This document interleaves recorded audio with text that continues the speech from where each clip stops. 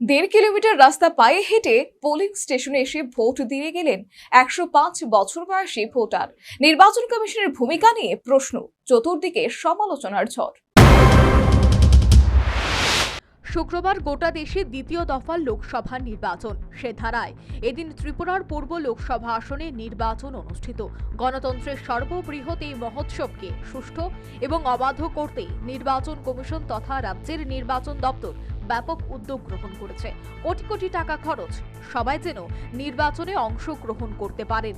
এর জন্য নির্বাচন কমিশন বিশেষ ব্যবস্থা গ্রহণে ত্রুটি রাখেনি।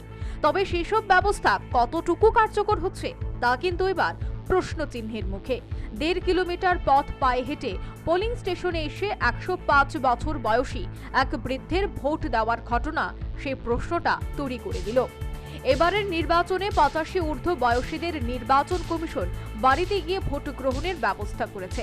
এই ব্যবস্থা যে ত্রুটি মুক্ত নয় তা চোখে আঙ্গুল দিয়ে দেখিয়ে দিলেন প্যাচারথল বিধানসভা কেন্দ্রের ২৭ নম্বর পোলিং স্টেশনে ভোট দিতে আসা ১০৫ বছর বয়সী বৃদ্ধ গোপাল দেবনাথ।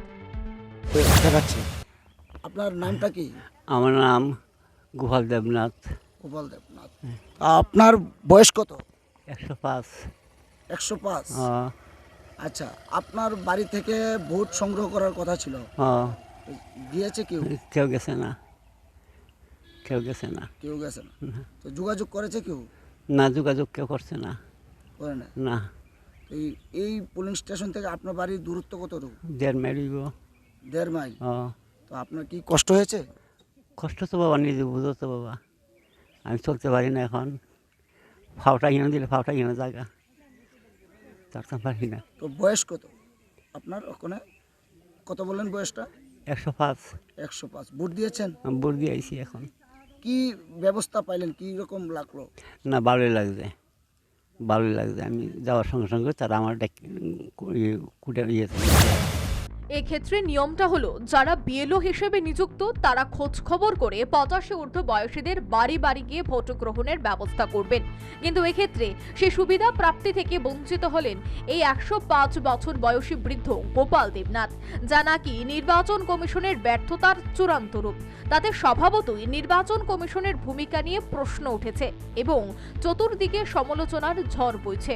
বৃদ্ধ ১০৫ বছরের বৃদ্ধ, সে ১.৫ কিলোমিটার পথ অতিক্রম করে এসে কিন্তু ওনার ভোটাধিকার উনি প্রয়োগ করেন। কিন্তু সেই ক্ষেত্রে প্রশাসনের যে এত আয়োজন, সেই আয়োজনে কিন্তু উনি কিন্তু কোনো ধরনের পরিষেবা কিন্তু পায়নি। সেই প্রশ্নটা কিন্তু এখন থেকেই যাচ্ছে যে প্রশাসন কি মানে নির্বাচন আধিকারিকদের কোথাও না কোথাও তো গাফিলতি। ক্যামেরায় বিপ্লব চন্দ্রের সঙ্গে আমি জাকির হোসেন, নিউজ ভ্যানগার্ড।